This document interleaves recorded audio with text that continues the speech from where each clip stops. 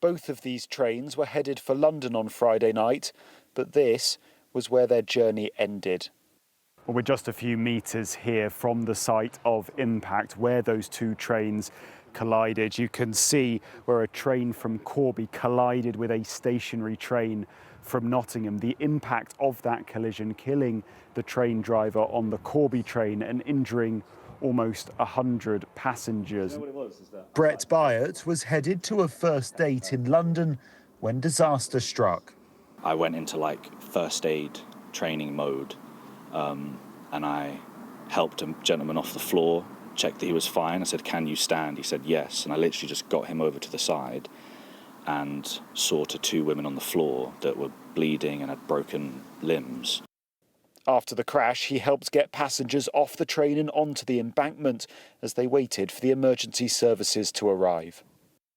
The train driver that passed away, he was the train driver of my train. He broke gradually, and I think that actually could have saved people's lives, or at least further injuries, worse injuries. So he needs to be known as the hero in that situation.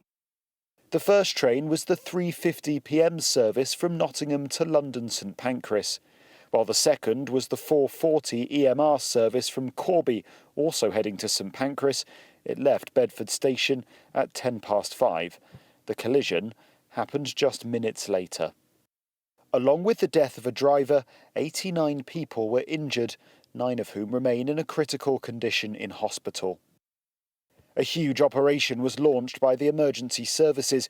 Over 20 ambulances were dispatched to the scene, along with police and medical helicopters. Local hospitals urged people to only attend A&E if they had a genuine emergency, as they braced to deal with the influx of new patients.